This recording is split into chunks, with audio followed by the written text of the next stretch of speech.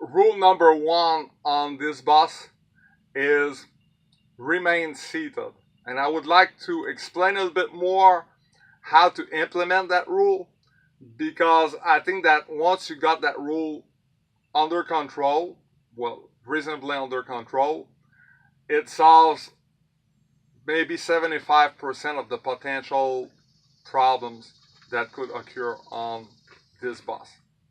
And what I mean by remain seated, basically, well, first of all, you need to be clear, concise, patient, and consistent with your students, so that way they know exactly what your expectations are, and they have a chance to comply. First of all, what is important to me is that they be seated at their assigned seat. Each of the students that I drive, they have an assigned seat. I ask them to stay at their assigned seat, not to play musical chair and hop from one seat to another. So that's important to have a good seating plan. Once this is done, I ask students to sit down just like the driver, me, which is the back should be against the back of the seat.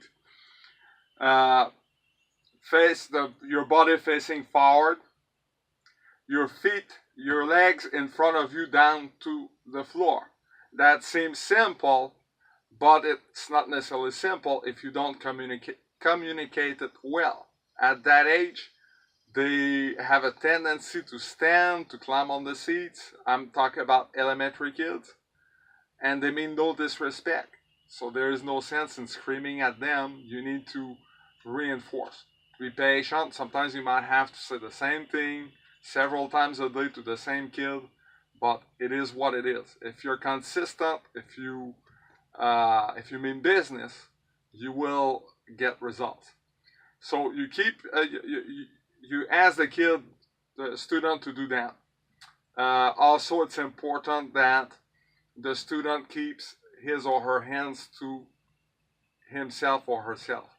A lot of kids that have a tendency to do this, to talk with their hands to the kid next to them, or to do this to the kid behind, and you tell them to keep their hands inside their booth. It's just better business. That way, that's less likely to lead to conflict with other kids. Just a better idea to do that. It's important that the students know to keep the aisle clear. So they also have a tendency, when they talk to others, their legs are in the aisle, their hands in the aisle, and that blocks your view. How can you know what you're doing if they block your view to your emergency exit door? So that's important that they keep all of this clear. That is important also. They're welcome to open the window if it's hot, of course. But you don't want them to stick their hands out or their head out. As I say jokingly sometimes, we don't want to leave any body parts behind. So that's the bottom line. Also,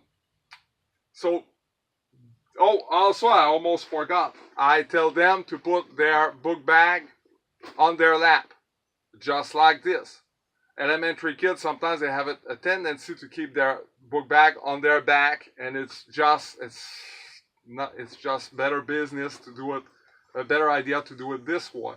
And that takes care of every other rule. They're less likely to reach out, to stand, to turn around if they have their book bag on their lap. It's important, I think, to, rather than fuss at the kids, I mean, sometimes it's necessary to just reprimand the kids, but sometimes it's good, especially young kids, kindergartners, first graders, to reinforce positively. So if you say so and so, please turn around, sit down properly with your book bag on your lap, and the kid complies. All right, good job. Thank you, sir. Thank you so much. Good job. It goes a long way if you do that.